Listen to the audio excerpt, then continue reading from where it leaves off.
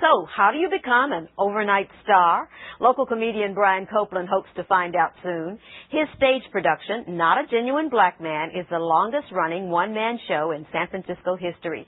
Now he's heading for Broadway, publishing a book, and working with HBO on a national series. Brian Copeland's surge of creative talent is so explosive, the first thing we wanted to know, is he taking steroids? Okay, we're kidding about the steroids, but Brian doesn't miss a beat. All right, you caught me. I'd never knowingly taken steroids. I was given this cream by my director. Brian Copeland has been a successful comic for years. Talking about bling bling. And also a radio talk show host. And it's 2:07 KJ News Talk 810 time. Where he sometimes gets angry calls like this one from a black man. But you and Uncle Tom, you and Bill Cosby. Okay. All right. I'm an Uncle Tom, and I'm a sellout. It's a criticism he's heard before. A few years ago, he got an anonymous letter that changed his life. And it said, as an African American, I'm disgusted every time I hear your voice because you are not a genuine black man. What is a genuine black man? It's one of the things I explore in the show. So conceding? For nearly 2 years, he's been filling San Francisco's Marsh Theater, looking for answers. I'm not a genuine black man. Why do people say that to me? Is it how I dress? Is it how I talk? Is it how my machine is TiVoing Frasier at home right now? What was your immediate feeling when you read that line that you're not a genuine black man? Oh, here we go again. And then I started to think, wait a minute, who the hell are you? Who put you in charge of defining what it is to be black in America? How can you don't know anything about me? How can you say that my experience is any less valid than yours? So Brian took me to the place where his experience began, the city of San Leandro. And you said San Leandro was called the Friendly City? The Friendly City. The year was 1972. Brian's mother was trying to escape from her violently abusive husband. Brian was 8 years old when he and his sisters, his mother and grandmother, moved to a nice apartment in San Leandro. There was just one problem. Is a middle-income bedroom suburb. The 1960 census showed it was 99.99% white. As this 1971 documentary shows, blacks were not welcome in San Leandro. City leaders had created an invisible wall to keep out blacks from neighboring Oakland. It seems to me the blacks are accustomed to their own social and cultural circles in which they move, and they like it this way. Over here is where a police officer used to sit, right here at the corner. And if you came in, if you were black and you drive by, they would follow you. If you were in a car till they found a reason to stop you. The National Committee Against Discrimination in Housing called San Leandro a racist bastion of white supremacy. It was considered one of the most racist suburbs in America. CBS News did a story. 60 Minutes actually came to town. The U.S. Commission on Civil Rights held hearings. And then we moved to town. On the first Saturday in his new home, Brian took his baseball and bat to the park. Can you tell me how to get to the park?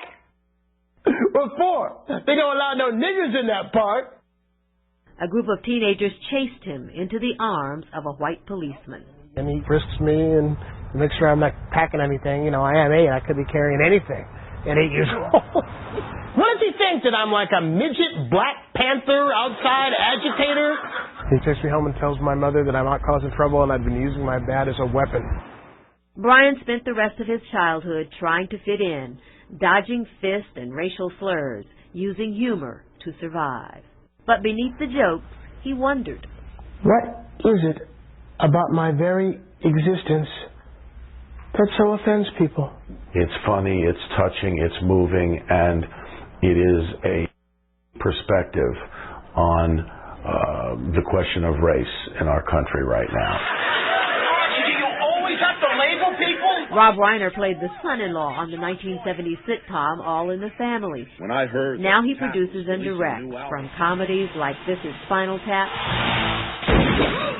to dramas about racial conflict like Ghosts of Mississippi. Clearly I am black, but if you're talking about some cultural delineation, I don't know. Now Reiner wants to turn Brian's show series for HBO. I mean, we've seen a lot of advancements with civil rights.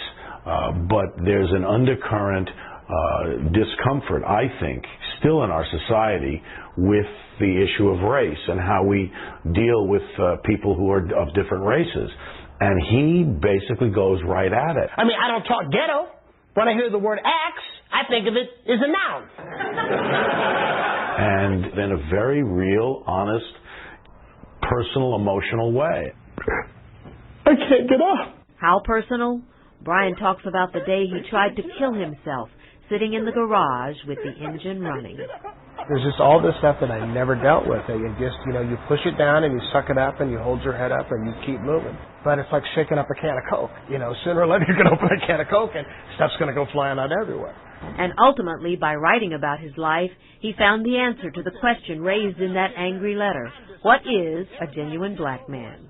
Someone who is resilient. As long as you're able to keep getting back up in spite of the setbacks and the obstacles, both real and manufactured, that are thrown into in your path, then that's what it means to be black. It's a whole different place now. Brian still lives in San Leandro with his wife and kids. He's proud to point out that it is now the most diverse city in California. Still, he was pretty upset not long ago when someone used a racial epithet against his daughter, Carolyn. And I called my sister Tracy and I said, Carolyn just got called the N-word. And she said, how old is she? And I said, she's 14. She says, and this is the first time? I go, yeah. She goes, in San Leandro. I go, yeah. She says, wow, things are better.